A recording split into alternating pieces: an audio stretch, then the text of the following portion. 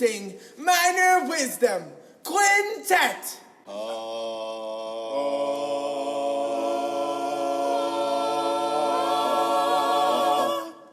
1, 2, a skidda-didda-doo. Minor Wisdom. Fresh off the first leadership conference at Byron Steele High School this past week. Another episode of Minor Wisdom. This one's a first for Minor Wisdom. This will be a two-parter. So this week and next week, I'll have Miss Amy Steele Wernig. Amy Wernig, if you will. She married Nate Wernig. And if you know Nate, he is the technical director at the Ensemble Theater, also an educator in the past, and just an all-around good guy. But Amy is an even gooderer, all-around good girl, good teacher, extremely smart mind, a constant learner. She's constantly educating herself, which is what we should be doing as educators, so that we are always one step ahead of our students, especially this day and age. But she's an amazing person to talk to, and it became a two-parter because after this initial interview that you're going to hear now, she contacted me and said, Blake, I want to say more. And so we met for lunch. She bought, which is great. I will always meet for lunch if you're buying. Just a little word of advice or a way to get me out. But we had a second chat. That chat you'll hear next week. So once again, Amy Wernig, dramaturg extraordinaire. But first, the groaner joke.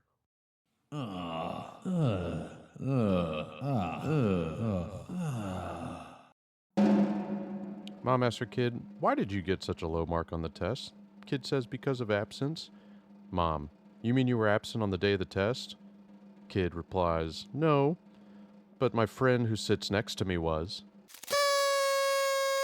Well, I started teaching, late 90s. I was originally planning to be an English teacher, but every position I interviewed for, they needed an English teacher to do something else. And a lot of English teachers still do other things. And I interviewed for an extraordinary amount of jobs where they needed an English teacher who could also teach theater. And even though I wasn't certified to teach theater, I did junior high theater, I did high school theater. I grew up in a family where we went to go see theater. I'm like, what the heck? Teaching theater, yeah, I got this. And I started at Athens High School in rural Athens, Ohio. And I quickly learned I was a good English teacher, but I was a really good theater teacher. But I was flying by the seat of my pants. I had absolutely no idea what I was doing. Most of us are. Yeah, and still to this day, right? Yeah. So I did that for a couple of years and wanted to leave Ohio, so I went to the Washington, D.C. area, and I taught at James Madison High School in Vienna, Virginia, about 7 miles west of Washington, D.C. And both at Athens High School and at Madison High School, I was a single theater teacher, so teaching all the theater classes, running pretty well-established, thriving theater programs, and teaching a full load of English all by myself. And I was young, so I had tons of energy, not married, no kids, none of that, so I could completely and totally dedicate my life to my job. And as much as I loved my job, like I loved waking up every morning, I loved going to work, I quickly realized that if I kept that pace up, I was gonna burn out before I even hit 5 years of teaching. So I took a break, and being the nerd that I am, my break was going back to graduate school full-time to get my second master's degree. My first one is in secondary education. And I went back to Ohio University to get my master's degree in theater history and criticism. And I know, That's right? what it's called, really? That's seriously, my master's degree is in theater history and criticism. Okay.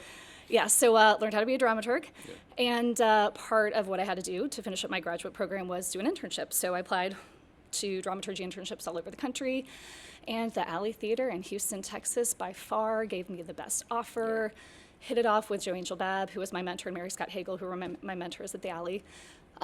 Packed my car, my old Saturn with my stuff, my cat Onyx, who was named after a really bad rap group that was popular when I was in high school, and we drove down to Texas. And not being a Texan, I never thought I would visit Texas, much less, end up living here.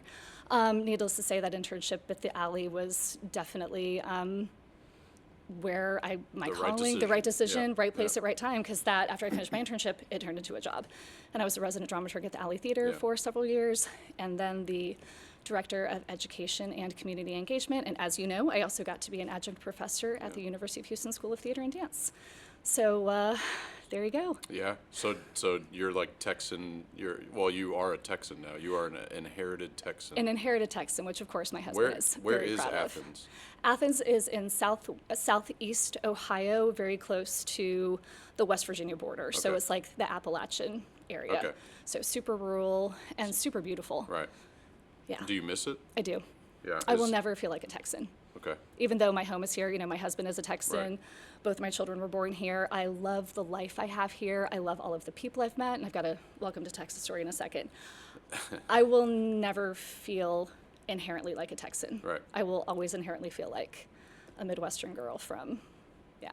Okay. Do you still have family in Ohio? I do. My family's Okay. all up in Cleveland. How often do you get to go back? Once to twice a year. It Okay. sucks. It's you drive? really drive and fly. We do a combination. Yeah, I was gonna say I lived in Cincinnati for Right. 2 summers, Yeah. and so I drove both times and made it in a day. Yeah, with the you kids can. and- you yeah. can. Oh, You I can was do it. alone though, so My kids are troopers. We've Okay. done Cleveland to Houston. Cleveland's not. Yeah, we did Easy. it. It's not easy, and we did it in 24 hours. We Yeah. hit our stopping point in Tennessee, and our kids were like, "Let's just do this." So they're wow. troopers. Thankfully, they're good Yeah, travelers. good for them. Okay. Well, I was alone. I had to be a good trooper. Yeah, I what do had you no look- choice. I had yeah. to talk to myself. Well, great. So now, and you can tell your welcome to Texas story in a second, but I remember I remember hearing your name before I had you as adjunct professor for theater history, right? Theater history, Yeah. theater history too, yep. And because was it theater history 1 or 2? Do you remember? I think it was.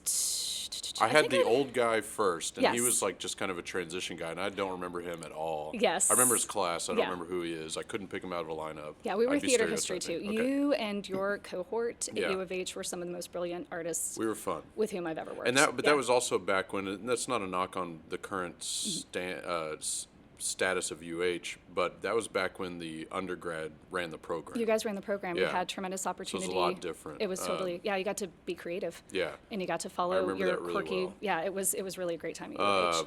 And now it's a master's program that Yeah. has bachelor's, a bachelor's degree that you can get. But, Definitely. which is kind of how it should be in a way. But I anyway, think there's that's a different. benefits to both. Yeah, Yeah. it depends on what you want. But so I knew you though. I knew of you before you walked into UH because you made an impact at the Alley rather quickly. Thank you. And my in at the Alley was the Crone family. So Yes. Charles Crone Some and of my Chesley. favorite, yeah. And Julia's, one of my closest, if not the closest friend of mine. So she, I guess through that maybe is how I knew of Amy Steele. Gotcha. And just, I think Charles talked you up, Charles Crone. He's one of my favorite artists Because he's ever. he talk about a history nerd. Oh yeah, absolutely. So I think he found some sort of, like I know he loves Julia to death, but he saw like this different daughter in him because Julia's not a history nerd. Right. But I feel like that's how I got to know you, or started to get to know you, started to hear of you, was through that the Alley, kind of just you rising up to the top really quick. Yeah, I So, worked hard. I loved it. And again, I was still young. It was pre-marriage, pre-kids, and I could pour all of myself into that. And then, I'd go into work at the Alley, and I'd look around like, this is ridiculous. This is my job. This is what I have the privilege and honor and whatever you want to call it to do every day. And they're paying me for it. Yeah. Now, granted, they didn't pay me very much for it, but they were paying me for it. Yeah. And my whole attitude was, I'm going to soak up as much as I Yeah. possibly can and give as much of myself as I possibly can to this process because again, just the gift to be Yeah. able to work with artists every day in a theater that that's its sole purpose is to bring art into the world. Here's a fun question: did you ever fudge the authenticity of an item being a prop or a costume? Like that hat is close to being accurate, but that hat is not accurate. That kind of thing. I would Did you- always bring it up to the designers. Like if Okay. there was something that was period-ish. So you're more of a consultant. You're not necessarily like that's the. absolutely Yeah, that's okay. and to me very much the dramaturg's job is I am a consultant in the theatrical And endeavor. if they decide to go with it. Then, Exactly. Okay. And again, at the Alley, most, pretty much every single Yeah. designer. I mean, they knew the choices they were making and why they were making it. And I would raise the question, like, have you considered? And, often they had. There was a Kevin Rigdon, who's one of my favorite people ever, Frame 312. He had decided to use, I think it was window blinds, which actually hadn't been invented by that time period. Yeah. And, it's Kevin. He's like, nope, we're good. I'm like, all right, Kevin, you got this. All right. I posed the question. Now I'm walking away. So, Yeah. but so it's funny. and that's a big part of my job too as a dramaturg. Is of course you're the historical consultant on a play that is a period play. If it's a contemporary play, the consulting I bring is why are we doing this play now? How does it speak to our community, to our country, to our world? So again, why The tell a story? relevancy, The yeah, relevancy, yeah. absolutely. And I work with the entire team. The director is ultimately, if we're doing production dramaturgy, that's Right. my direct collaborator. If it's a new play, the playwright is ultimately my primary person I'm collaborating with. But of course, I collaborated with the designers and the actors and the other artists to fully breathe life into the world of the play and what the playwright intended the play to be and what the playwright intended to communicate to audiences. Right. Wow, that's fun. I mean, it just sounds. It's always one of those things that's really, especially when you started. Not to date you. Yeah. But like the internet was not what it is today. Not at all. No, I did old school research Yeah, so in it's the like libraries. Encyclopedia Britannicas. And going to Oh, yeah. to paper. A lot of that legwork. Is that something, so still today, because you still kind of help along, I mean, I don't know how much you do at the ensemble, if you do anything with their, like, dramaturgy kind of stuff, Yeah. but is that something you try to, like, do you take what's the word, what I'm trying to, is the internet something you have animosity towards? Like, you're like, I used to be able to do it That's when a good it was question. paper. When it was like, paper, when right. I had to flip through books. I love the internet, and I in my classroom, whenever I'm working with a group of young artists, we always have somebody I call the Google dramaturg. Like when we're doing table work or we're digging deep into the script, if there's something that we haven't researched or that the dramaturg that I'm working with, the production, because I always have student dramaturgs on shows that I direct with my students, if there's something that we've overlooked, Right. I always have a Google dramaturg with their phone. I'm like, hey, Google dramaturg, Google that, look That's it up. good. And what I'm teaching my kiddos is there are some sources are better than others. So through that process, because that's the language they speak, it's the way our world is. And instead of fighting it, we need to embrace it and use it to the best of our abilities and teach our kiddos how to be critical consumers of information.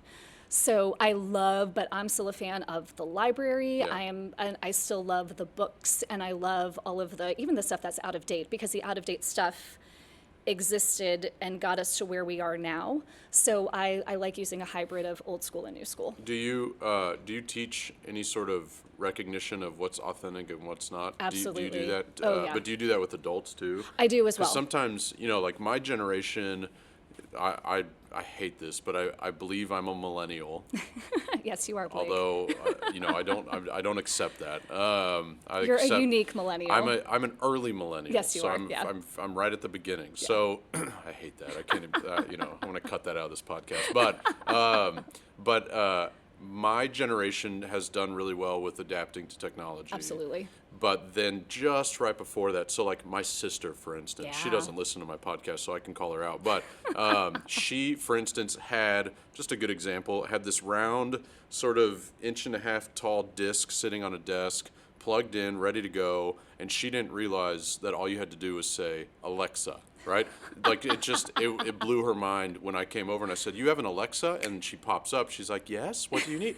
And she goes, that's all you had to do? That's it. And so the reason I bring that up is because there are some adults that they're not old, Right. they're early 40s. That's Yeah. not considered old, that just haven't been able to, in the classroom, teach their kids what is an authentic Right. source on the internet and then what is Wikipedia Yeah. or what is something that any schmo can just get on and Yeah. type up and say it's authentic. Is that something that you have been able to, because the masses need that. The masses need not that. just a room of 30 kids. Absolutely. And so what I do when I'm working with grown-up artists, I always cite my sources on Okay. all of my materials. I let the artists I'm working with know where I got my stuff. And I will often explain, I got it from this source because, and this source is reliable because. Got it. So I inform them as much as I inform the students that I'm working with. Have you ever come across something that's fooled you so far? That's a great question. Nothing initially fooled me, but nothing I've actually followed through and Okay. used. I was able Yeah. to catch it before Yeah. I used it for. It's that measure twice, cut once You got it. theory. Exactly. Yeah, And yeah. I'm again, I think it's the dramaturg in me. I am meticulous in my preparation. I, of course, do my own research. I am very, very thorough and thoughtful about everything I do before making it public. Right. And even the dramaturg, like I have people dramaturg my dramaturgy. You Yeah. know, I mean, my husband, I'm very fortunate to be married to an incredibly smart theater artist. And even though my husband's a technical director, he's one of the smartest theater people I know. Right. And so I'll run ideas by him. And he takes a lot of pride in his work. He to does, be absolutely. right. Yeah. Absolutely. So I run things by people. And again, we have this great community of, fellow theater educators who are so smart and savvy. So I will often run things by my teaching partners and my husband before I make it public to make sure I've done, I've Yeah. done due diligence. What is a good difference between a middle schooler and a high schooler that's being taught by somebody that is so kind of enthralled with this idea that history is so important? Mm-hmm. Does a middle schooler?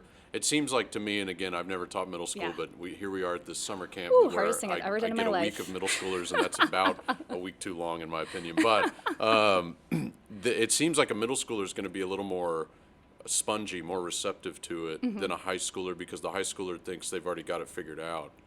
Am I accurate, or is that wrong? Actually, they're both really spongy. Okay. And they're spongy in different ways. So with my middle schoolers, what I have to do is I have to be very hands-on and interactive with the way that we approach dramaturgy. So to give an example, at Seven Lakes Junior High, where I taught last year, my Advanced Theater 3-8 class, our fall show was a great play by Laura Jackman called We'll Be Better Later. And it was a play about, junior high kids who've been put into a camp, but it's really Right. a detention center to reform their, online digital, addictions. And we did a tremendous amount of dramaturgy. So my Theater 3 class, they were my dramaturgs. And I grouped them up into dramaturgy teams. There was one team that was specifically researching, how are we addicted to our phones, and how is our digital life impacting our health and our sleep, especially for junior high kids. And then I had another group that was researching specifically like camps and detention centers and juvenile justice. I had groups who were completely dedicated to building basically like an archive of props and materials and sort of character development background, like what did these kids have to give up Right. once they went into, and then I had a sound team, they did a whole Spotify playlist that was, music inspired by We'll Be Better Later. I had a team that wrote playbill notes and did QR codes. We had an interactive lobby display as the audience came in, so as they were, waiting for the house to open, they Right. could scan these QR codes and take quizzes about their, online addiction and that kind of thing. So they love that. I mean, I gave them a whole dramaturgy background 101. You know what I mean? We Yeah. went through what is a dramaturg, here's the history of dramaturgy, here's what a dramaturg can do in different theatrical endeavors. And they were sponges. And I think they were sponges because they knew they were going to get to do it themselves. Got it. And they were going to have ownership over the Ownership, yeah. process. But again, I kept it very hands-on. And there was always a product at the end of each day that they had to show me, so there was something tangible. Right. With my high school kids, I found they don't necessarily need that aspect of that tangible. Right. They can be more heady, they can be more intellectual, they can sit for longer and do really dig deep table work and script analysis, and they've got the attention span to hold a conversation and a discussion about a topic way longer than my middle school kiddos. Right. So with my middle school kids, with the junior high kids, it had to be, here's the thing, now do something with it, make something out of it. Whereas with my high school kids, here's the thing, let's discuss it and bounce ideas off of one another, and then let's apply that to the art or the play that we're breathing life into. Right. Do you ever find, and this is on topic of that show, but not necessarily on topic of who you are, but do you ever find it ironic to do a show like that, or to do some sort of topic like that talking about being on your phones and technology, Oh my and gosh, then you're tell 'em. out there saying, here, scan this QR code with your phone Yes. so that you can take a quiz on your phone. Exactly. I know. And we talked about that too. And that was, Yeah. and the kids were so, Yeah. they're so smart. You know what I mean? Yeah. And we talked about the irony Yeah. of that. And even though we're being completely hypocritical,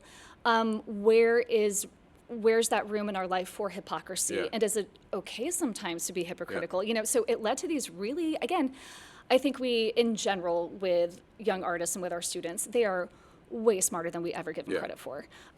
So yeah, even with those junior high kids, yeah, they pointed out that irony.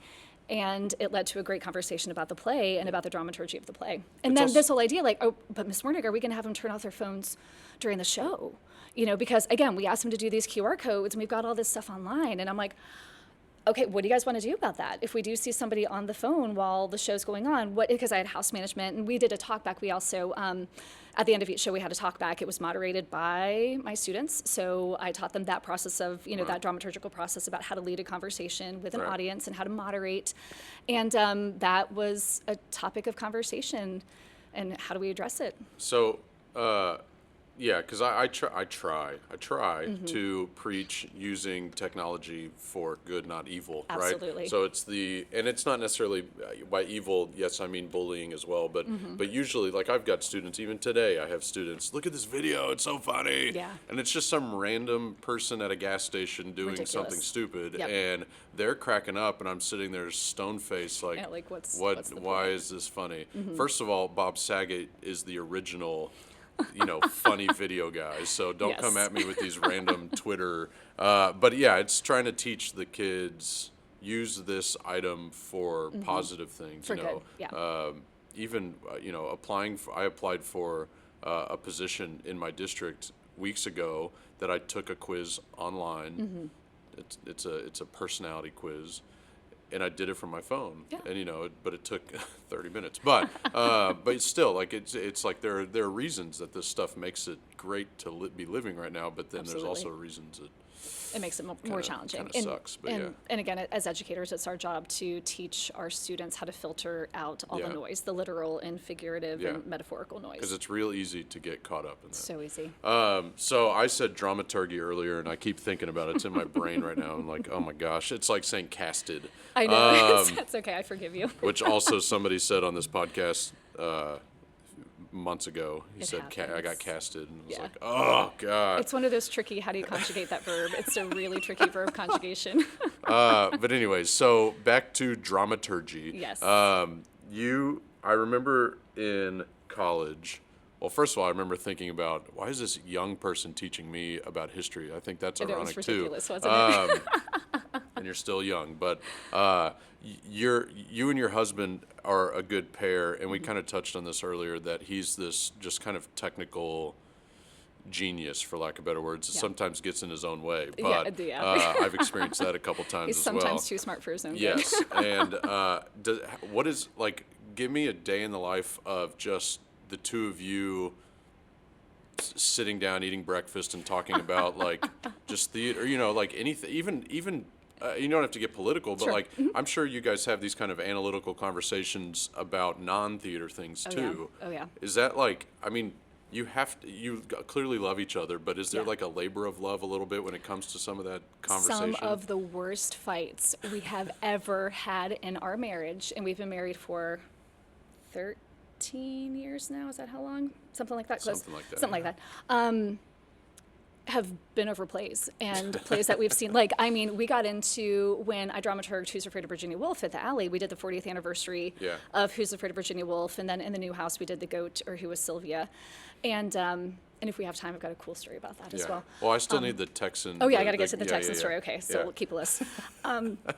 And Who's Afraid of Virginia Woolf is one of my very favorite plays ever.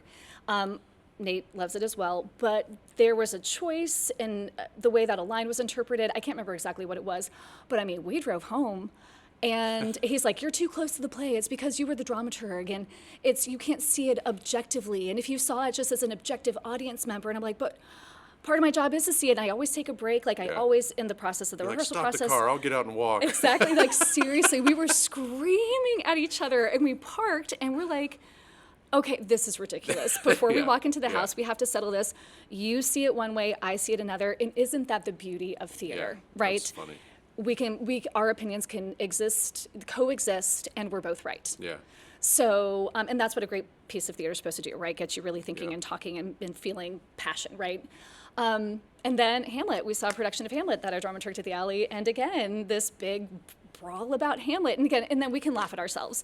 You know what I mean? Like yeah. most couples are fighting about, money. Well, my wife or and I what. fight about should you eat cookies for breakfast or not. Like that's we just had that argument actually not too long ago. That's a valid conversation Not to a have. big argument by all. In our house, it's should we eat bacon cheeseburgers for Yeah, breakfast? I like seriously woke up one day exactly. and Nate was eating a Yeah. bacon cheeseburger for breakfast, and I'm like, what are you doing? That's not a shock. I know. That's- He's yeah. like, it's a bacon cheeseburger. You can always eat bacon cheeseburgers. It's well, always the right time for a bacon cheeseburger. Also, his justification is bacon for breakfast. I mean, Yeah, exactly. That was just like, hey, happens it's to be breakfast food. bacon and on a sausage patty. You that got it. kind of idea. I'm Italian. I ate spaghetti for breakfast, so he thinks that's Sure. weird. So Oh, I've actually eaten spaghetti for breakfast too, and I'm delicious. Jewish, the German Jew.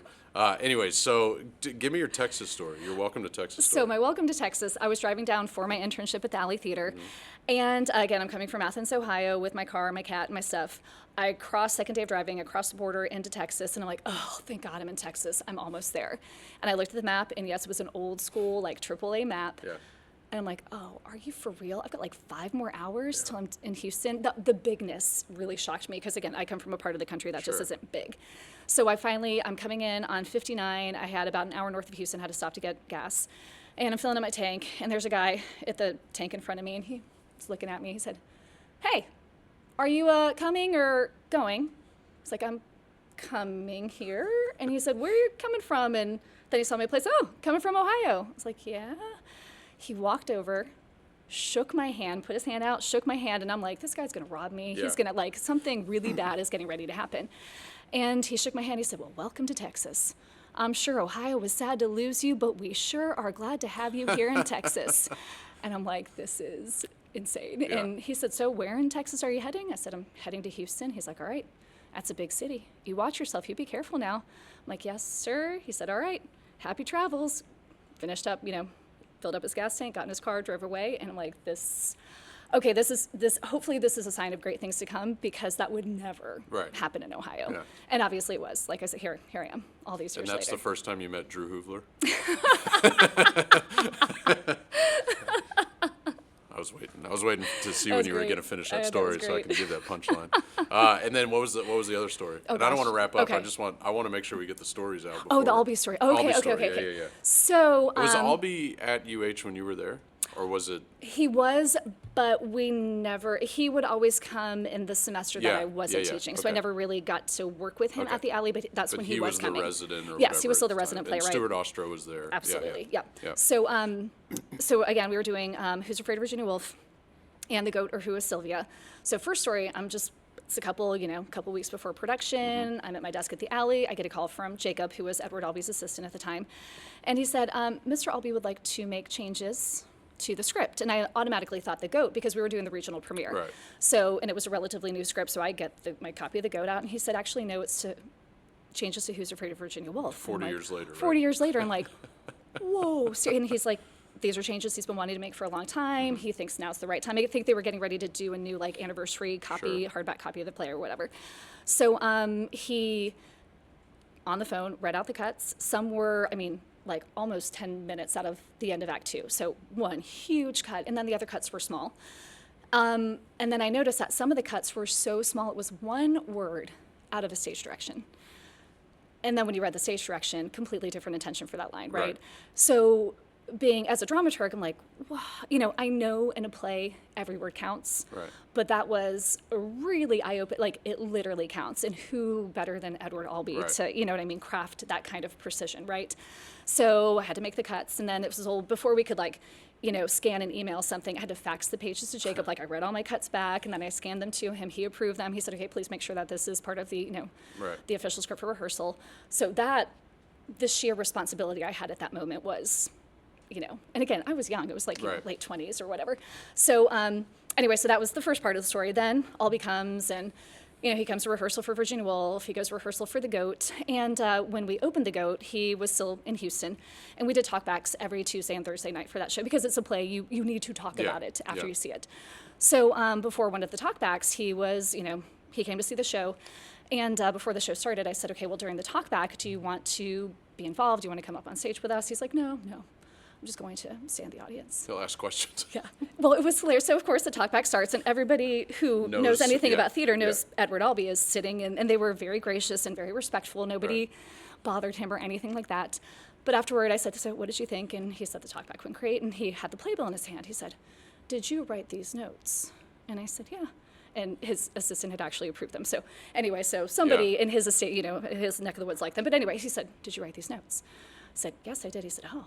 They're very good, very good. And I just did a comparison about how The Goat is basically a Greek tragedy. And so I just did a compare contrast to like classic Greek tragedy and how The Goat is a modern tragedy. But Edward Albee said he liked my writing. You know what I mean? And it was like, like one page in the playbill, right? And it was probably midnight in Ohio by the time I got home, but I called my mom and my dad. I'm like, Mommy, Daddy, Edward Albee likes my writing. And I was just so humbled by that compliment. Yeah. So anyway, definitely one of the highlights of my career. Do you have other encounters with, I mean, I know you have other encounters with playwrights themselves, but like playwrights on the level of Edward Albee? Like, did you ever work with Lanford? I met Lanford. I didn't have the pleasure or the honor of working with him, but everybody said he was just as wonderful and gracious, so I did get to meet him, and he was a super cool dude as well. What about, like, I mean, we've already talked about Kevin Rigdon. We don't want to, his head is already big enough. I love Kevin too. I mean, he's my mentor. He was my mentor. I haven't talked with him in a while about he's one of the just stuff, but best people ever. Yeah, he's very cool and also extremely knowledgeable. Oh yeah. Kind of disgustingly knowledgeable. It's a little weird. It's like his brain is pockets of just this little information that he's walking. Or it's a filing cabinet. It's exactly like that. You ask him a question, it takes him a second, and he kind of looks, and then he just comes out with this answer, and you're like, oh, okay, you do know the answer. Yeah. Anyway, it's a little disgusting, but so with education and with your time at the Alley and all that stuff, you just have such a unique background, I guess, is what it is. But what has kept you like? Do you get bored? Never. Like, okay, Never. but do you not want to get complacent? You get. That's you have a done really a good lot question. of stuff. Yeah. Maybe not bored in sort of an elementary way, but you've gone place to place, and is it this need to kind of just spread the knowledge, or is it? What is it that's keeping you driven like that? It's that. So as human beings, every single one of us, we're inherently storytellers. Sure. The fabric that literally makes us who we are is woven from the stories we tell and the stories we receive. And what I love most about theater is that theater, being the investigation of the human condition, is the most immediate art form that helps us understand this crazy thing of being human and humanity and all of its beauty and messiness and chaos and complexity, right? So the fact that because of that, with every project I do in theater, I am learning something new. I'm a lifelong learner. Like, to me, the best theater artists are artists who just love to learn.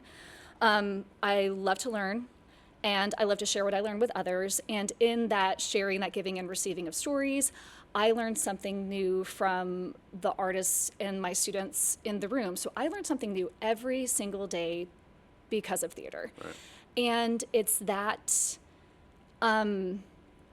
that inherently joyful process, that inherently curious process that keeps me wanting to do what I do. And every play is you're working with a different group of artists on a different script, which is a different story. The audience is new every single night, so even though you might be telling that story for an 8-week run, it's literally a different story because of the audience who is receiving it.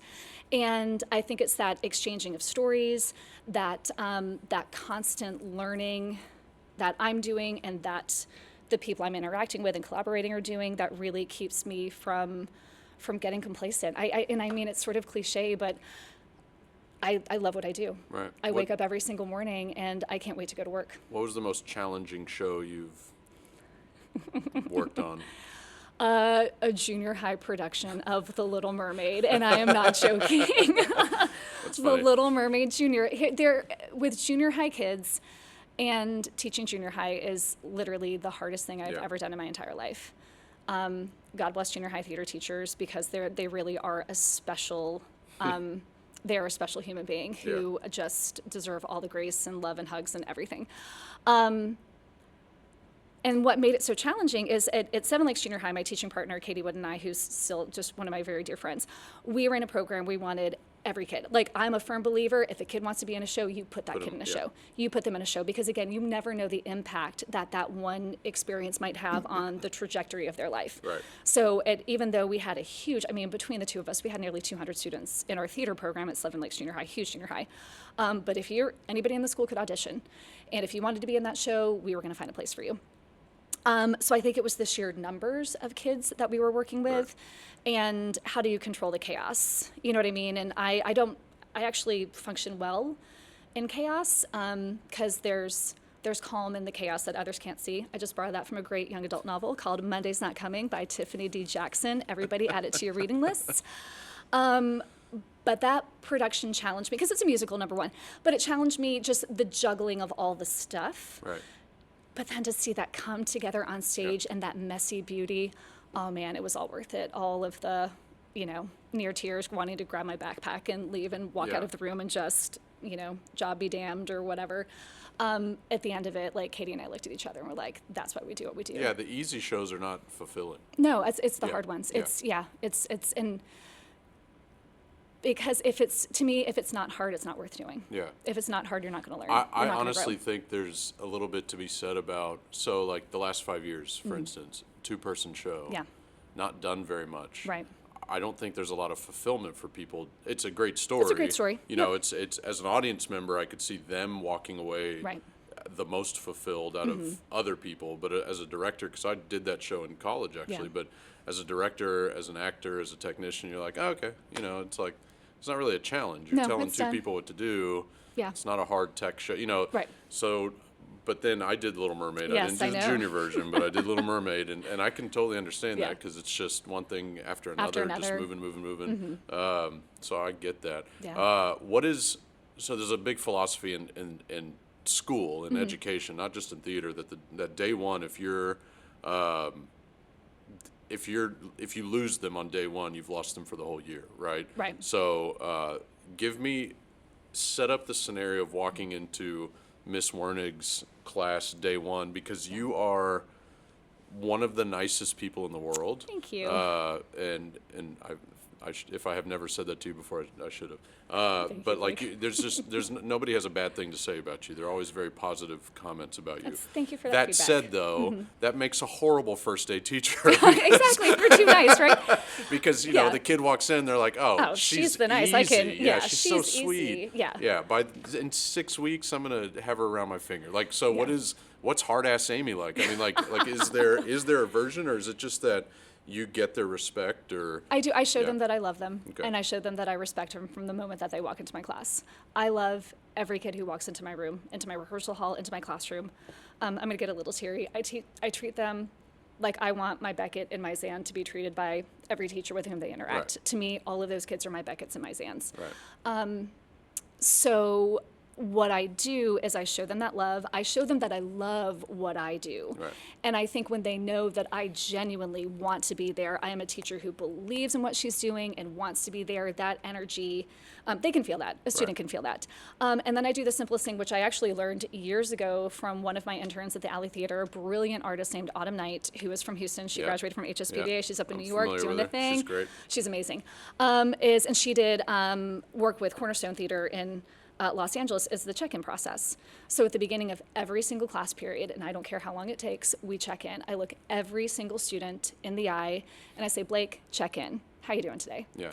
And that simple moment of connection, they're knowing that I genuinely care about them as an individual. I want to know how they're doing that day. Yeah. And then I'm going to take that and add that energy into my class. That simple connection makes all the difference in my classroom management. Yeah. And then I run, so they know that I love them. They know that I care about them. They know that I want to know how they're doing and that I care about that. And I think once your students know that you love and genuinely care about them and genuinely respect them, you build your ensemble immediately. And then I have, and then I've got a structured classroom. We have check-in, and then after check-in, we talk about here are our objectives for the day. After that, here's how we're going to do it, and then we get to work. Yeah. Yep. So I have found in all my years of teaching and all of my years of working with young artists, high school and junior high kids, that simple check-in process makes a world of difference, and that's the foundation of my teaching philosophy. So we'll wrap up because you have work to do. I do. Yes. But I like sometimes asking fun questions, especially to non-Texans. And you can't say family. Family's too easy. But Okay. What is something you miss from home, from Ohio? The fall. Seasons. Seasons. I miss I can tell you that immediately. I miss 4 seasons. You are not the only one to say that. Yeah. Man, I miss those brilliant, vibrant fall colors and the smell of fall. I miss that desperately. So when we get that 1 hour of fall here in Texas, I embrace it as much as I possibly can. But yeah, distinctive 4 seasons, I would say it's definitely what I miss most. That's funny. Do you find yourself trying to go back during a specific time of the year so that you can experience some of that? I always want to go back during Thanksgiving, and sometimes it works and sometimes it doesn't. And by Thanksgiving, though, it's often too late because then it's just brown and cold and gross, right? Oh, yeah. So I've missed the fall. Yeah, What is Athens known for? Man. One of the best universities in the country, Ohio University, go Bobcats. Yeah. I could actually, back in the day, All the OSU people are like, I I know, don't know about that. I know. It's they have a really vibrant group of local artists. At the high school where I taught, we had a ceramics class, which a lot of high schools do, but we also had a jewelry making class. There's a group of artisans in craftsmanship. Okay. In Athens that was really just so wonderful, and again, just nature, just wonderful hiking, but very much a community that is about the earth and taking care of the earth and celebrating the natural beauty around them. That's and cool. Building it into what they create in that community. That explains a lot about you, though. I mean, it does in a way. I mean, because you have that kind of we should just love everything. Absolutely. Kind of I mean, I mean, it's lead with love. And I know that's so cheesy, but it's. When you lead with love, the more love you give, the more that you receive. Yeah. And if we all did that, I mean, think about the impact that we can have. Yeah. Not even all, just a small percentage. Just a small percentage, you know what I mean? And again, make this world an even more beautiful place. Yeah. Minor wisdom. Now, introducing Minor Wisdom Quintet.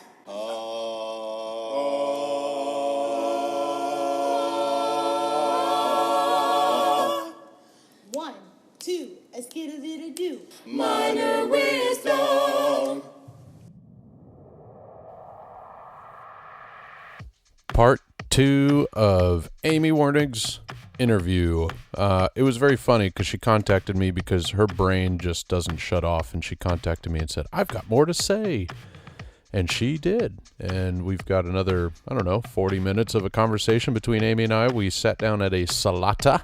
She bought me a salad, and it was delicious. And she wanted to say some more things. And the nice thing about this interview is you're going to hear her kind of shuffle through her notes, and she took a lot of notes. We don't get to everything. There could easily be a part 3, a part 4, a part 5. Depends on how long this podcast goes. Speaking of which, make sure you are liking this podcast wherever you listen to it, rating it well, iTunes, Spotify, Stitcher, iHeartRadio, Google, whatever it is. Make sure you're liking it, subscribing to it, adding some stars to it. Yeah, 5 stars. All right. You might hear in the background a beautiful little angel daughter coloring. She's looking at me right now, kind of giving me a look, but that's what they do. Anyway, this week, again, part 2 of Amy Wernig's interview. I also want to give a shout out, and this is not supposed to rhyme, but the Dragoos. The Dragoos are starting their own podcast, Annie and Billy Dragoo, and they sent me kind of a sneak peek, which was really cool to hear.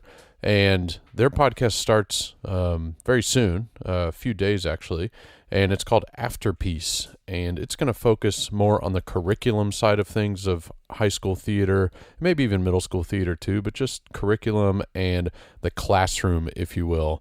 Mine is just, let's interview some people and have some fun. If we talk about theater, great. If not, at least you're getting to know some people out there in this world that are just like you. But make sure you are taking a listen to the Dragoos. They are legends. I hope that doesn't make them feel bad, like aging them or anything like that, but they are legends. Billy even says he's been teaching for 30 years. I'm 37. So anyway, sorry, Billy. But take a listen to that as well. Lots of stuff happening this summer. We've got some leadership conferences coming up with the Texas Thespians in August, 3 of them actually. We've got quite a few things going on. 4 of them going on because we added an El Paso one. But we've got a lot of stuff happening. We've got TETA coming up. Lots of things. The school year's about to start. Oh no. I've had a lot of fun seeing everybody on their vacations. I did not get to go on a vacation, but that's okay. It's all right. I'll be rejuvenated come August. It'll be amazing. Well, here's a special guest star for this week's Groaner joke.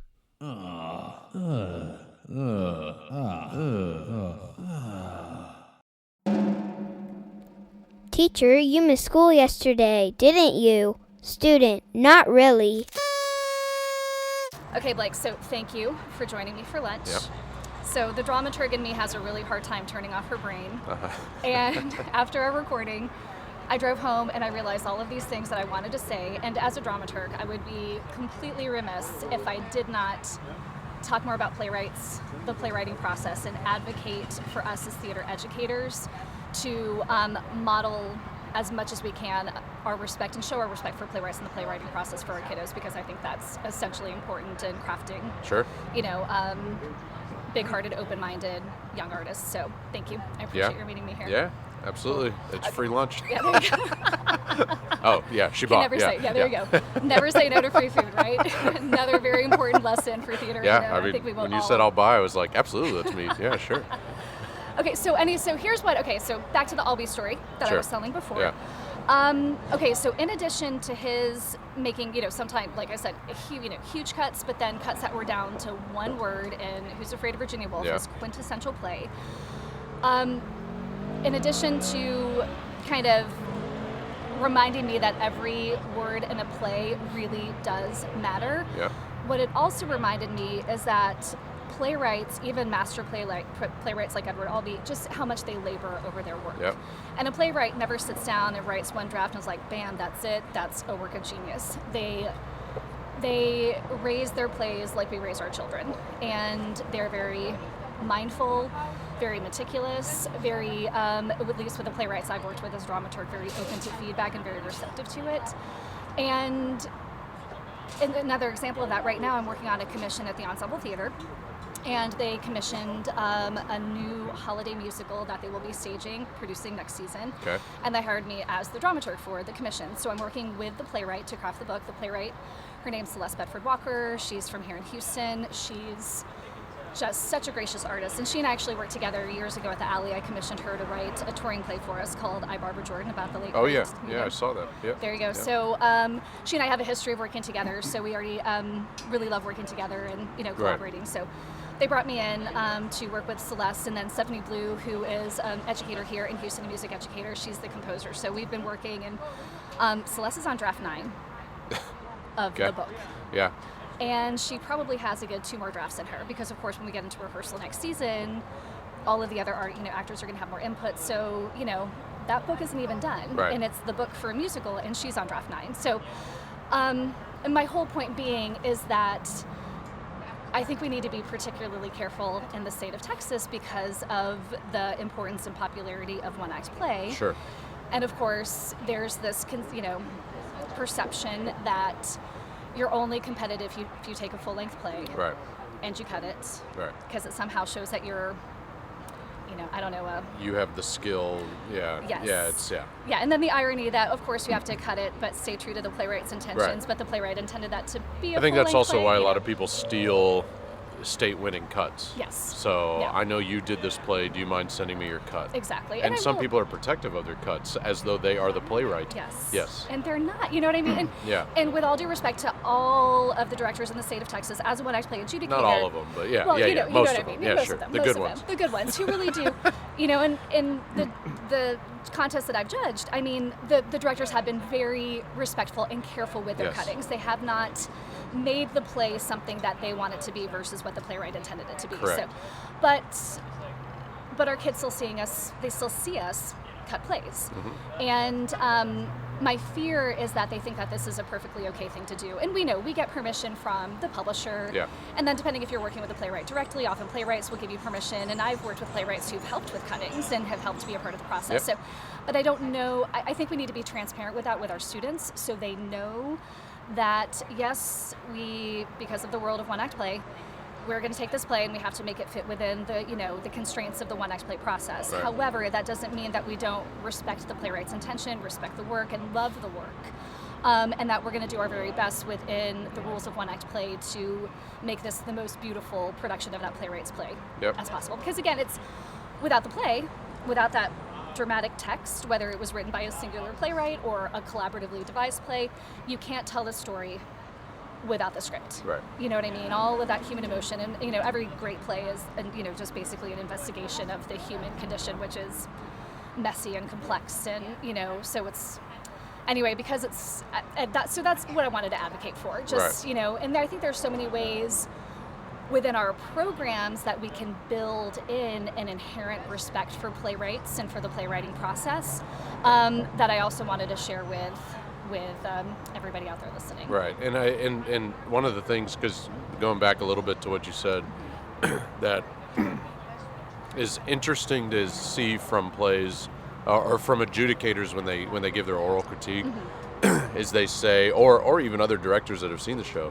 I don't think the play was written for that story. Like, so you have a play. This happened a few years ago at State. You have not Ruined. What was the Water by the Spoonful? Water by right? the Spoonful. Mm-hmm. And there were some directors that loved it and they thought it was great, and even a couple adjudicators that thought it was great too. But then there were other directors that thought the presentation that was given on stage that day was not the correct story in their mind, right? Well, it shouldn't be up to the director. In theory, it should be up to the playwright, right? Exactly. And so it's fun to, it'd be interesting for the living playwrights to see, because we're not the only state that does one act play, No, but we're not. To start putting in their scripts, like as story as told through the eyes of Billy Loman, or Willie Loman. Right. Billy Loman? I was like, Who's Billy? Willie Loman. you need to write Billy Loman's play. Like, that's your summer to-do list after you're done laying It floors. sounds write very that play. familiar to Willie Loman. But you know what I mean. Like it's just that's one of those perspectives that I think needs to be defined by the playwright, because we're as one act play directors and sitting there cutting, we shouldn't have to try to stew over whose story it is. It should be pretty clear. It should be pretty clear. Or if it's not clear, it should be clear. Yeah. In a well-crafted play, it really should Yeah, be clear. and if it's not clear, we should be able to reach out to that playwright or the Absolutely. publishing company and say, hey, Absolutely. who should I tell this story? Yeah. Or who should tell this story? Well, and to me, the publishing company that honestly that does that best is Play Scripts. I love Play Scripts, and because with Play Scripts, when you contact them to do a one-act play, with one of their playwrights, they contact the playwright directly. Right. And if you have questions about a cut or you can submit it to Play Scripts. Gabe is our representative, the Texas representative at Play Scripts, and they'll ask the playwright directly. And that's why I love working with that publishing company in particular, because you know that if you want to talk to the playwright, you have access to the playwright. Do you think that's partially because, though, that Play Scripts chooses playwrights that they know they're going to be able to have that relationship with? And I think Play Scripts, from the beginning of that company, from the founding of that company, I think they were very much they had educators in mind. It was a conscious decision for them to do that. It was a conscious decision for them to do that, and that's another reason why I respect them so much, is because they know that what we're doing within our junior high and high schools is just as valuable and worthy Sure. of an art form as what's being done, professionally. Yep. And I love because they respect us. I think, again, they made sure to do whatever they could to help Right. us thrive as well in our profession. All right. Yeah. Yeah. So, there you go. What else do you have? 'Cause Okay, so everybody you can't see, I've got I like the game show like cards that you have, like cards and then everything written it's out in like, my yeah. composition notebook. Did you have some of this stuff written out already, or I had mean, it in my head. I had okay, it, yeah. okay. And so these were like driving home from Dulles are High you School after are you a day a of writer? camp. Like I know you Yeah, good you put question. thoughts on Yeah. paper. But I don't know if that's necessarily a writer. That's more like I've just got to get this out. I gotta get it There's out, 'cause always if- gasoline in a gas tank. Yes. It's like, but it doesn't, But so are you? But are you a writer? I Like, do write. I write for myself. Okay. I try to write every day, and I try to. And I will say this: I'm a good writer. I'm a competent writer. I'm a writer who can communicate a point. I'm not always the most creative writer because Okay. I'm very much in my head. Right. And again, You're that's like, I like donuts. Yeah. yeah. A little bit better than that, okay. but We know you like donuts. Not the most creative, but yeah, exactly. So, but it doesn't come naturally to me. I Right. have to really think, and so because I do work with so many playwrights, and that's a big part of my job as a dramaturg, is I have to do as much as I can to put myself in their place and to understand how hard it is. This to sit is down and off write. topic from the game show cards, Yeah. but have you ever called on a playwright to help you write something? Yes, sometimes. I mean, when I was younger, I have to Yeah, say, yeah. when I was younger Yeah. and in graduate school Yeah, yeah. at Ohio University. Now you kids, you're like Yes, all yeah. you got a real life going on. And now, I'll ask my students. And I Yeah. think I think it's really important for us to show our students that we're not perfect. We don't Yeah. get things right the first time. We make mistakes. We Oh, need yeah. feedback. And they Yeah. know, you know what I mean? So I'm at that point in my career now where I don't mind being vulnerable. I will write with my students. I will share what I've written with them. I'll ask them questions about what did you think of this. So earlier on in my career, it was asking, fellow professionals. And now I'll just ask my students what they think. We talked about that this past week, plugging the leadership conference from Thespians, which there are 3 happening in August. All right, very nice. 3 more? 4, I don't know. No, 4 more happening in August. All Yeah, right, because very we cool. included El Paso. But Nice. we talked about that this weekend. Or on Monday was the trusting your students to tell you when you're wrong. Yeah. And allowing them to call you out and accepting that, and got it. Absolutely. being a human just as much as they are. So anyway. And that yeah. that's what truly builds an ensemble. Yeah. And I think anytime you allow your students to have true ownership Yep. and a true say in the process, it becomes more of that collaborative community that you really should be fostering within your educational theater program. So, and speaking of that reminds me of a story when I was at Waller High School with Carrie Wood, who was the theater director there, one of my very best friends ever. Even before I came to Waller, the playwriting process was an essential, like the central focus Yeah. of her program. So going back to how do you build, besides just talking to the students about, here's the process I went to get permission to cut this Right. play, but here's what the playwright intended, all of that stuff. You got to get your kids writing. Yeah. You have to get every student, not just your theater one or your production kids. You need to get your techies, your technicians writing as well. So what Carrie and I did is every single kid in our theater program wrote. Some of them wrote full-length plays, typically like 10-minute plays. Yep. And every year, every season culminated in thinking inside the box because it was a staged reading within our black box. Okay. And we would stage 5 to 6, sometimes 7, do stage readings of the students' work. And the stage reading, they weren't full-out productions, they were true stage readings, so Yeah. we were teaching them how to workshop a play. There would be a talk back after each public performance, so we were also teaching the kids how to talk about their work, how to communicate their thoughts and ideas, and then most important, how to be receptive to feedback. Right. And that was really the central, in the majority of what our students wrote, it wasn't good, you know what I Right. mean?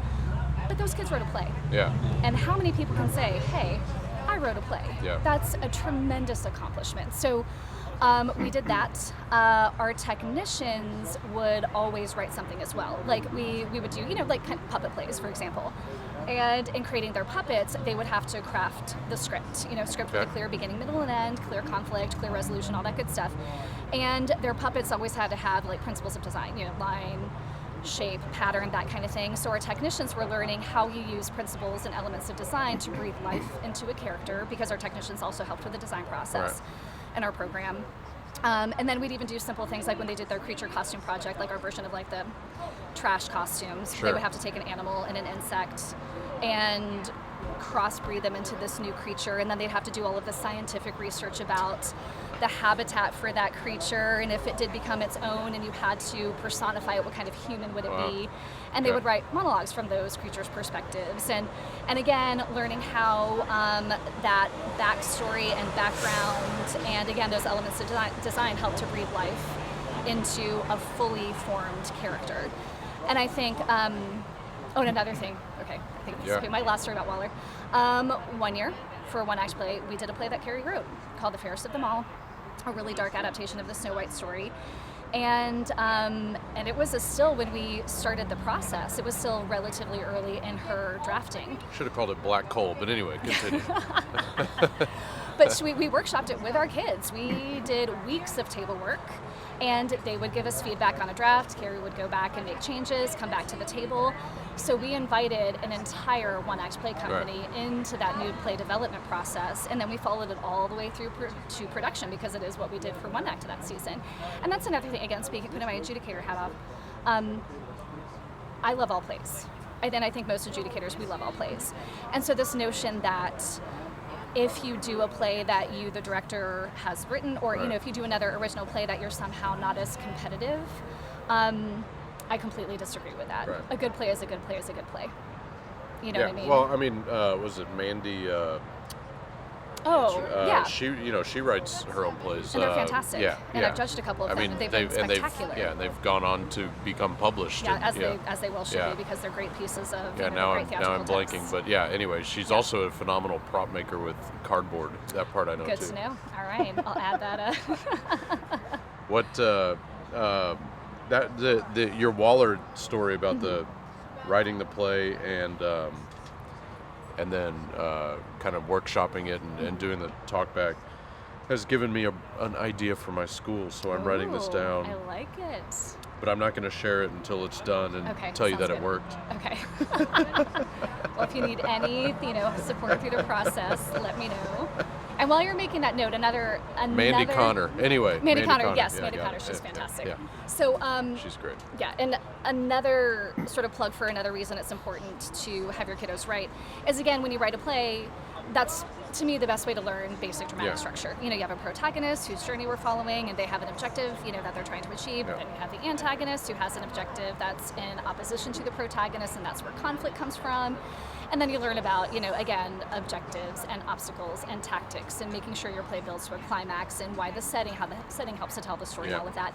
And so in the writing process, whether your students are doing it well or not, simply having to think about the building blocks of dramatic structure will, of course, make them better actors and better designers and better technicians. Or why is your play not as good as it could be? What is missing? Yeah, what's missing? What's not working? Yeah, what did you not think about in the process of writing this? Or, Absolutely.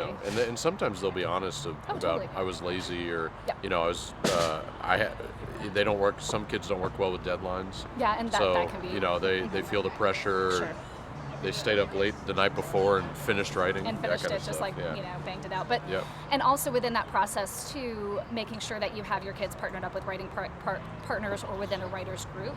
Yeah. So they can kind of be like sort of the dramaturgical support for one another through the new play development process. I think this. Is essential. You've motivated me for something for this year. All right. Excellent. Excellent. Yay, my job is done. So this lunch was totally worth it. Yay. So what else? I am curious to know, because you have stuff crossed out. You even isn't it ridiculous? And again, the writing process, from first draft to final talk about draft. this. I don't know if I want to talk about that anymore. Yeah. So, well, let me consult my notes. Okay, so, all right, I talked about Albee. Okay, talked about Celeste and the ensemble commission. Okay, I think I got that.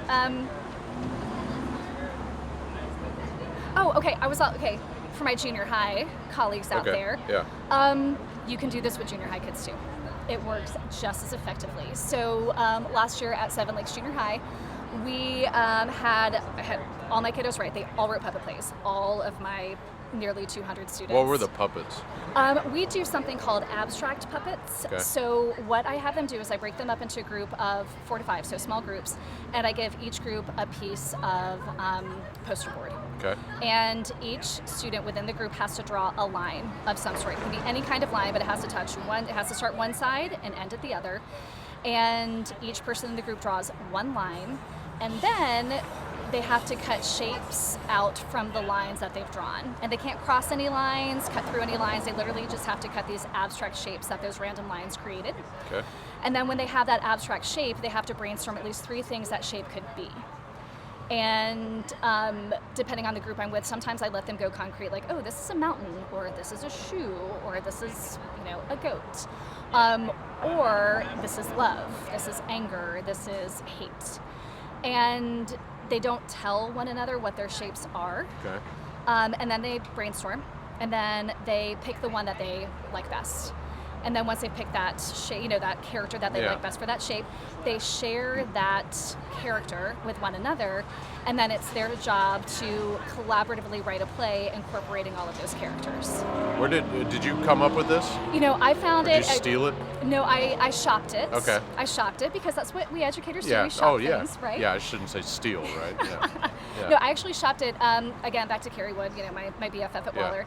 She had it in a file from years ago from a TETA workshop, and we were talking about how we can build more playwriting in, and again, she's one of those theater directors who's just this font of knowledge and wisdom and ideas, and she's like, oh, hey, that reminds me of something. We pulled a file out, and it was an old school document that had been typed on a typewriter, and mimeographed with that blue, so that was the shape of the activity, and then of course Carrie and I adapted it into something that worked better for our students, and I've been doing it ever since. And it's literally, and then we just hot glue or whatever, like a popsicle stick or a bamboo skewer to the back, and we build a little puppet, little stage, and the kids write and perform their puppet plays, and then they can do whatever they want with it. They do a costume design for the puppet, so they bling it out with whatever craft supplies we have. I like this.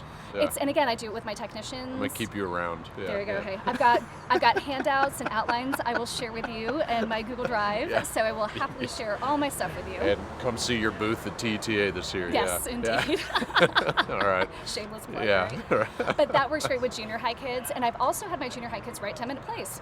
Yeah. Just and you can go about that different ways. You can do 3 random words, and they have to build those 3 random words into the text in some way, or you can do the note cards with character type, random setting, random character, random setting, random conflict, and have that. Or again, depending on the kid, you can just let them go and let them write whatever they want. But I always have a basic dramatic structure outline that I have them follow to make sure that they're not going random, that all the choices they make in the play are actually leading to the climax where we realize, learn whether the protagonist is going to achieve his or her objective or not. So I'm really big about making sure that they are following some sort of structure as they're writing, and they give feedback to one another. I listen into rehearsals and things like that, and of course give them feedback. But we did, an evening of original 10-minute plays with our 7th and 8th graders last year. Ridiculously wonderful. Yeah. And then the parents were like, ooh, my kid wrote that. How'd you get my kid to write a play? And I'm like, it's not magic, it's just, let's give it a shot, and support the kids' imaginations, and they'll do great things. Yeah, that's good. So we do 10-minute plays at my school, but it's not middle school, and it's our final, or it's our fall final. Nice. And I usually just let them go with the parameter of, they're in groups, for one, so not everybody's necessarily a writer. Right. Because I try to create positions for each kid. You're kind of a technical kid, so you kind of, help support the, but my parameters are don't write about sex, drugs, or violence. There you go. And that's about it. Yeah, keep it school appropriate. Because I've found in my first couple years teaching that that's what they wanted to do. They thought that those were the cool things to write about. They think action is literally fights and pulling a gun. Yeah. They don't, I think, and that's another thing that we have to help them understand, that action is really driven by the language, and action is driven by the character's pursuit of their objective. Yeah. It doesn't have to be car chases and, And I also realized very quickly, keep it to 2 locations at most. Because they will write a play. Instead of writing a play, they'll write a movie. And every 30 seconds there's a scene change, and they didn't rehearse doing that in the dark. Exactly. but they're doing the Exactly. show. Oh man, I've got lots of Yeah. stories about that. But yeah, we do 10-minute plays, and I think a lot of people do, but it's just a matter of the structure of how you do it. 'Cause, Exactly, and I've yeah. known a lot. Again, like you said, I think so many programs out there Yeah. do their own form of Yeah. some sort of playwriting project, and yeah, I mean, do what's right for your group. But Yeah. if there are some teachers out there who aren't because they're afraid very because effective. they're not writers or you can't write, go for it. And again, there's nothing wrong with showing your students that you're vulnerable and that you're learning alongside Yeah. of them. I think they have more respect. They'll have even more respect for Yeah, you. you always if they- take away. You always have to, even for the ones that literally the flats are crashing down on the kids, and they maybe had 4 minutes of content in a 10-minute span Yeah. because they just couldn't get through it. But Yeah. you always have to find some positive There's always that something this good. kid's gonna take away. You got it. It's just it's always, and sometimes that's really, really difficult. It can be. And you have to sit there as a teacher writing your notes, as Yep. you do. I'm sure you Yep. did just fine, but sit there and just kind of, even if it's pulling teeth, you have to be, well, you guys, your rehearsal process was really, really good, And that's or encouraging. something like that. Exactly. You've got to Oh, always it's encourage tough them. sometimes. It Those is are- tough sometimes, but there's always something, Blake. There There's is. always something great. There's always sort of that nugget, that golden, Yeah. bit of Turn something. to that favorite student in the class. What did you think was Yeah, there good you go. about that? Hey, teach Yeah. them about.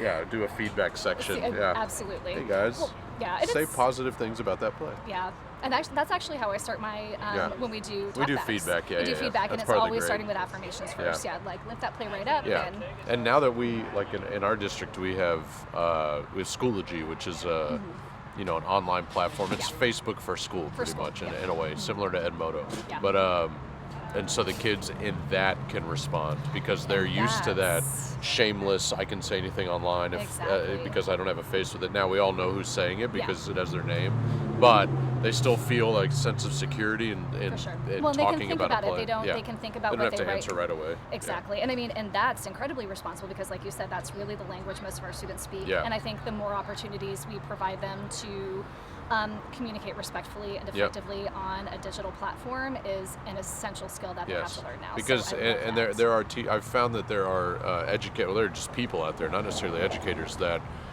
think that have this mindset that younger people, teenagers and below, need to get away from technology. I and totally disagree. Yeah, and I'm the same. I think it's actually, we need to be endorsing it more because there's no way that we're not going to be Completely. engulfed by this, Yeah. Sooner than later And if like we're we not talked already. about, and like we talked about at my first interview Yeah. was, that we have to teach them how to use it responsibly Yeah. and ethically, absolutely. Yeah, Because if we yeah. fight it, we're fighting a losing Yeah, battle. and then they're going to use it irresponsibly, You got and now other snowball effects are going to happen. So, Indeed. yeah. Anyway, Okay. what is, I see seven. That's the Seven Okay, so Lakes that's Seven Junior Lakes. High. Okay, so That's SLJH. SLJH.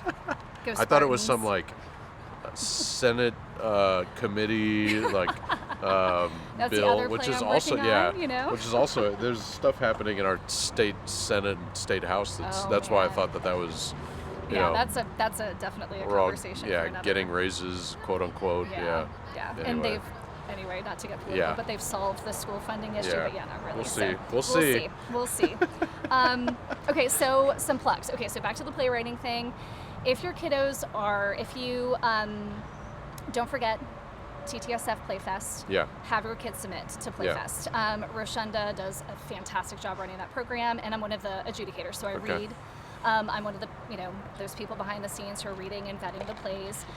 And dang, man, I mean, they're so good. Yeah. They're so good. And some are, and they're very much plays written by young theater artists.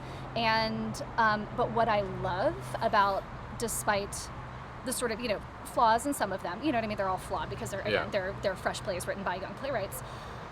They all have something urgent to say. Yep. And there's a sense of urgency and authenticity within their voices that is just, I mean, this last batch, oh my gosh, I was crying. Yeah. After almost every play, and Nate's like, Amy, what's wrong? I'm like, I'm reading. He's like, oh, you're reading. Okay, you just Yeah. you go through, feel all the emotions, Amy. But it's every year. It's been like that, and I've been reading these plays for a long. And Yeah. before Roshunda, I was the Playfest dramaturg, back in the day, and I would work with the playwrights, the winning playwrights, and we do a little workshop it. And I know Paul Schaefer's doing that now, Yeah. and I love him, and I'm so happy he's leading that charge. Yep. But so have your kids Not submit. CBS Orchestra Paul Schaefer. The- For those yes. people that don't know who Paul Schaefer is.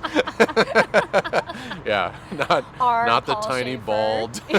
yeah, teacher Paul Schaefer. He's yeah. one of my favorite Yeah. people in the whole wide world. I love him. So definitely have your kiddos submit.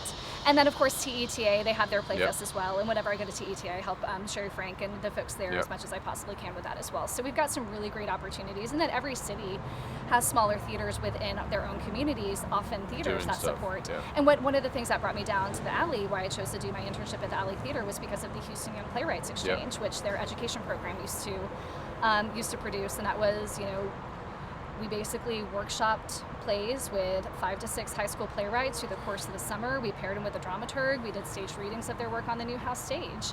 And those are still some of the best, those were some of my most fulfilling theatrical endeavors. There was a play fest that I had a former student submit to a couple years ago. You too, buddy. And he was chosen to perform at Match. And I'm Yes. trying to remember who the Yeah. I'm gonna Okay, find are you out Googling before it? we're Okay. done. But, Blake, please be my Google dramaturg. Yeah. And let's look that up so we can share that with our listeners. but I know like Fourth Wall Entertainment or Fourth Wall, Fourth Wall, Fourth Wall not Theater Company Entertainment, does. Fourth Wall Yep. Theater. They do stuff. There are quite a few There are. Yeah. that do that stuff. And And we've got a great playwriting community in Yeah, Houston. I do yeah. script consulting with a lot of local playwrights and with Scriptwriters Houston. So we have there's a lot of great writing. And of course, U of H, their playwriting program under Shimko is fantastic. Yes. So and U of H has had a great playwriting well, program and for a like very in long back time. all the way All back the to way back Ostro, to like Ostro. Ostro doing the musical theater stuff, and yeah. like talking to Larry Smigleski about that. That's That why was one he of my- came that's here, why he right? came here, yeah. Because there are very few musical theater You got it. writing programs, Yes. And but that they're was, and that's another thing with TTSF. I was so excited when they did, started bringing the musical, the musical development of new musicals as I'll well. plug another podcast just because I know he needs Yeah. the help, but Conan O'Brien's podcast, which you probably have never heard of Conan O'Brien, Never, right? no. But he's got one that's called Conan O'Brien Needs a Friend, and I've just now gotten turned on by it like 2 weeks or Alright. so, and it's been a few months since he started it. It's very popular. But his most recent interview was Lin-Manuel Miranda, Oh, yes. I and gotta add that I to know my there are list. people that are like, love- he's no, too, he's I really love him, revolutionized- but there are very- people that don't like him for the sake of because everybody else likes him. He's He just revolutionized American musical So, theater. but he yeah. talks about, or no, he doesn't talk about it, but what was mentioned. That I've talked about before with some other people is how he's motivated people to write You got it. because it's the hip hop style, Yes. and there's so many kids that find that to be not necessarily easy to them, but it's something that they relate to. It's so a- they it's a language that they yeah. speak. Yeah. So they've been opened up to this idea that if he's doing this He's and it's doing it. popular and super popular, he's Yeah. about to. He just announced that he's having another musical come out soon, and Yes. I know he's just blown up, but. But when you said you were talking or crying when you were reading, he talks about on that podcast about crying while he's writing. Yeah. And Oh, during yes. Hamilton, that he was, when he was writing it, he would just sit there and like boo-hoo and cry, and based on the story that he was writing, and he doesn't go into how many books how many Yeah. times he rewrote, but I'm sure again Oh. it wasn't once. Yeah. And again, to go back to why he was crying and why I cry, a play that is honest, again, speaks to our humanity. And it's the more stories we craft in the theatrical art form. I'm particularly biased toward it because it's still that live human, and again, I'm preaching to the choir on this one. But there's nothing more immediate, the immediacy of the theatrical art form, that we see another human body in a space right in front of us, sharing a very human story that is making us feel something passionately. We're laughing, we're crying, we're getting angry, we're questioning our existence, Yeah. we're inspired. And as you know, there are plays that literally somebody needs to hear. And Carrie Wood, again, back at Waller, would always remind our kiddos, and I quote her all the time, somebody in our audience needs to hear this play, needs to hear this story at this very moment, Yep. because it could literally save their life. Yeah. So just when we go into the classroom as educators, we never know that thing we're going to say or do that's literally going to change the trajectory of a student's life. Yep. And to me, a great play can do that as well. Yeah. So why shouldn't more of us give it a shot? I like how redundant theater education is, because I've always thought that teachers are always acting in front of a class. Always performing. Math teachers, science teacher, everybody. Yes. And then we teach acting I know. while acting, While acting. right? So it's Absolutely. it's kind of redundant, but I've always redundancy thought is that, good. I mean, yeah, redundancy and yeah. repetition, they exist for a reason. Yeah, because again, it's the same thing. It is theater, getting up in front of those kids. Totally. You're right, though. Yeah, I mean, Yeah. that's all I'm going to say is There you're you right. go. Let's see. He didn't Okay. answer yet. Rude. Okay, well, while you're, again, Yeah, checking yeah, being yeah. Google yeah, Dramaturg. yeah. Okay, so TETA, TTSF, and again, like I already gave my plug for play scripts. Oh, also, and this is a resource a lot of us know about, just to reiterate, if you, okay, so other advice I have, we, all theater people, need to read a bunch of plays. Yes. And we need to read plays for more than the sole purpose of finding the right one-act play. Read plays. Read plays for the sake of reading plays, because reading plays will help you. There's another reason to read plays. We grow as human beings through reading plays, and of course we grow as artists and as educators, so read all types of plays. And let your students know that you are reading all types of plays, and have your students, and I know a lot of us do like play reading committees and things like that, Right. but the more you get your kiddos reading all sorts of different types of plays, again, the better and more well-versed they will become in their artistry as well. But if you want to like read new plays, the National New Play Network, their New Play Exchange is fantastic. You can join for like 10 or 12 bucks Okay. and have access That's to what I was going to ask wealth. was where do you go? What's your go-to spot? Yeah, But that's I my guess, go-to. yeah. Like I said, I love play scripts, and again, I love the fact that play scripts has made reading plays so accessible. How you can preview pretty much all of the Yes. play before you buy it. Like I love that, and other publishing companies have kind of piggybacked on that. But you know, if you want new and fresh, Yep. that somebody might not know, definitely It's funny, check out the New Play you know, Exchange. because I guess I'm a little guilty of this too as a napkin goes by, but and I can't find Match doesn't have it on their website right now, but Okay, if we figure I also it out, think definitely. Match because they call all their spaces Matchbox, right? Matchbox, yeah. Matchbox, whatever. Yeah. They could have easily, if they just build a bunch of small rooms, they could have had a Matchbox 20. But anyway, I just think they missed out on an opportunity There there. you go. Gotta let them know. But I think there's a negativity that goes towards play scripts because most of their plays are new. Yeah. So they're not these proven shows Right. that have a long-standing history, like a lot of the Sam French plays, Sure. right? Sam We are French from does have dramatists, yeah. does They've have got new newer stuff, stuff, but but it's not traditionally known as a place you go find new works. So I wonder if that's part of why play scripts, at least in the state of Texas, because of UIL, because doing a new play means now you have to cut it down and you have to send it in and you have to get it approved, it's a process, It's which a process. is fine as long as you're on your game Yeah, if you're and on you your do it game in, and you know in you're gonna do it. time. Yep. You know, if you wait till the last minute, then sure, I guess I can see why it's stressful. Yeah. But I think that's why a lot of people don't use play scripts, at least for the one-act play process. And I think that's why it's also more common in middle school, because you guys don't have. You can choose something over the summer and take your time producing You can take your time. it. You can take your time, a lot more time. There's not that pressure, and it's Yeah. not a competitive show, Right. and this and that.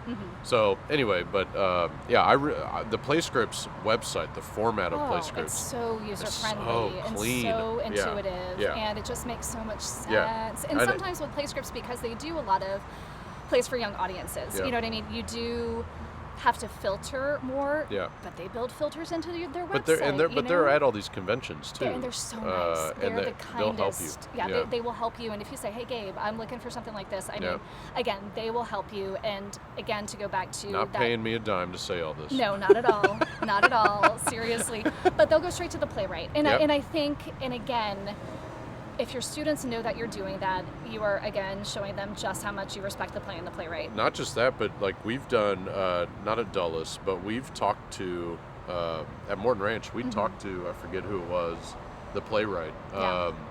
and we I don't remember if we Skyped them in or whatever it was, but we were looking at them, so that's one of those things that's kind of cool for the students to be able to be like, so cool to have that connection with the playwright. It's probably also cool for them, the playwright, to kind of see, oh, these are the kids doing my show. And, we had at Dulles we do radio shows as often as we can, radio format shows. I love that. And so we had this past year we did, Christmas Carol. And the playwright reached out to us and said, I see you're doing our show. Send me some pictures. I'd love to know how it went. Yes. And that was really cool. And the kids thought that was like, because they think of Shakespeare. Shakespeare's been dead for a long time. They he's not coming out anywhere. Yeah, it's like, saying, wait, a real you guys doing Romeo and Juliet? So they I guess they think that every playwright is dead. Yeah, because unfortunately, that's what a lot of the work that we do, it's not new. It's not new. It's not, by living playwrights. And there's so many brilliant plays being written now. And again, I think we owe it to our students to let them know, that this art form is evolving.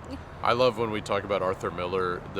This is off topic. I mean, it's on topic, but it's off topic. But when I talk about Arthur Miller with my students in our theater history portion, and I say that he dated Marilyn Monroe. Yeah. They all know who Marilyn Monroe, right? They all know who she is, but they don't know who he is, right? It's like, it's wild. Did he marry? No, they didn't marry, I don't think. But they were married. They were married. Okay. Yeah. You would know. I dramaturged after the fall with Allie, Yeah, so I wasn't 100% sure, but like that's because now there's that pop culture connection. Yes, it's like what? absolutely. So just anytime you can make a non-theater believer, you got it. Think that theater's cool all of a sudden. It's really fun. Yeah, it is so fun. And speaking of a cool playwright who is so great with students, C. Denby Swanson. Okay. She's an HSPVA alum. She lives in Austin. When I was at the Alley and was producing the Houston Young Playwrights Exchange, she was our playwright in residence. We'd bring her here and she would work with our playwrights and do playwriting workshops with them and help them continue to craft their plays. She is one of my favorite human beings ever. She's a masterful educator herself and a very generous writer. So she's one of those playwrights. Last year at SLJH for our one-act play, we did her play Governing Alice, which is a very popular one-act play, the Antigone adaptation. And with the kiddos, we read Antigone. We looked at the traditional Greek tragedy and we analyzed that. And then when we read Governing Alice, we looked at all of the ways that how it's an adaptation of a Greek tragedy. Right. We talked to Colin, the C stands for Colin. We talked to her, we had a conversation with the playwright about where does she get the idea for the play. And that's the thing, again, like you said, playwrights want to talk about their work. Right. And they're human beings just like you and me, so reach out to them. Yep. And more than likely, they're going to be thrilled to talk to you and your students about their work. So I love that you guys, we try if they're living, we try to do our best to reach out to them. But it's so wonderful. It's like, what do you mean Lion King is Hamlet? Yeah. I like all that stuff is always just fun to throw at them. Yeah. What else do you have? Well, go. Okay, gosh, I got time. Like the longest, again, my kid has to get to swim lessons at 4. Okay, we already talked about the importance of swim earlier, indeed. So get in your our kids in swim lesson. Yes, swimming is essential. My kids are swimmers, love the sport. So we also got to do, when I was at Waller, the world premiere of C. Denby Swanson's play Relativity. It was before it was produced. She wanted to hear it.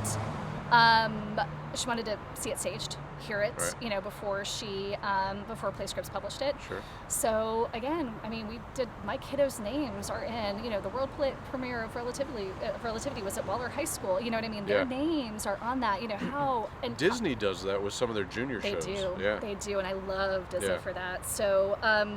So I digress. That's just like a really cool story. Yeah. Colin came to the show, and we got pictures of her with the whole company, and ridiculous. And again, but to reiterate, playwrights are lovely. Talk with them, build relationships. Okay, so want to talk about that. Colin? Makes me think though, while you're looking at that stuff, because I did the Tarzan whatever. I don't even know if it was a junior, but for Disney, we staged it. Up in the Woodlands, and I was the lighting designer. So I wonder if my name's out there. You gotta look. I need to call Walt and see if for sure. get those residuals. There you go. So I think the only thing, like I said, read plays and read period, just read stuff period. We as educators, we all should be readers, and whatever you like to read it, because again, that's going to help you grow in your artistry. It's going to help you have more respect for the writing process in general. Please write yourself, whether it's good or bad. This act of moving a pen across paper, you're clicking your key, your fingers at the keyboard gets your brain firing. And again, this is like a totally personal thing. I talked in our first interview about Zan and Beckett, my kids, my daughter, well, Right. Nate and I are, our daughter who just turned 12 and Beckett who's 8. And of course my stepson Aiden is 18 and he's ridiculously brilliant, transferring to U of H in the fall. As Go you know, Cougs. super Yeah. proud of him. Go Cougs. So Zan is named after Zan from The Little Foxes by Lillian Hellman, who's one of our favorite playwrights. Yeah. And Zan is one of our favorite theatrical characters. She's sort of the, you know, hope for the future in that crazy dysfunctional family, right? And of course, Beckett is named in honor of Samuel Beckett. Sure. And Beckett I've is heard of him. becoming a Yeah. very trendy name. And so Yes. Nate and I are always like, well, you know, probably a lot of those hipsters who are naming their kids Beckett, it's not because of Samuel Beckett. So Beckett is one of my favorite playwrights and Nate's favorite playwrights. And we joke, like, when Beckett grows up and reads a Beckett play, he's probably going to be like, seriously, Mom? Yeah, yeah. Seriously, Dad? Well, it's like when I saw, was it Dallas or Dynasty? I don't remember what Blake was. Blake was Yes. so popular in the 80s, Yes, right? it was, Because of that. because of that. Anyway, I got I'm mad named, at my I'm named parents. after Amy from Little Women. And yeah, and I'm like, Mom, you had to name me after the brat. She's like, no, she's got sass. Yeah. She's got personality. I'm Yeah. like, no, Joe or Beth would have been like, So way better. was your mom a theater person? My mom was not. My mom was big into music. Okay. And she was married once before my dad and was quite the wild child.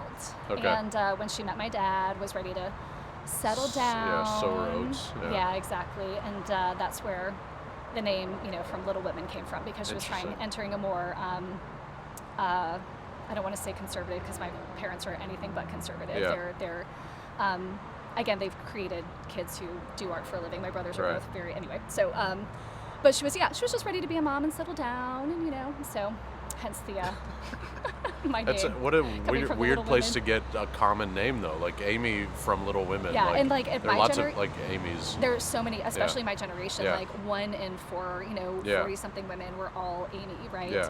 And I think my mom takes, you know, pride in the fact that it's Amy It was from from Little Little Women, Women, not just yeah. because it was a popular name. There's like a reason behind my name. So I felt that pressure when we Yeah, had our own and children. it's spelled normal. It's Normal, not, A-M-Y, yeah, nothing yeah. fancy. No A-I-M-E-E. Nope. Yeah, Spell which it I like it find it sounds. funny. I find that spelling to be interesting, but well, good. Well, thanks. All right, thank What- you, Yeah, Blake. you got anything else? I you got think any- that is it.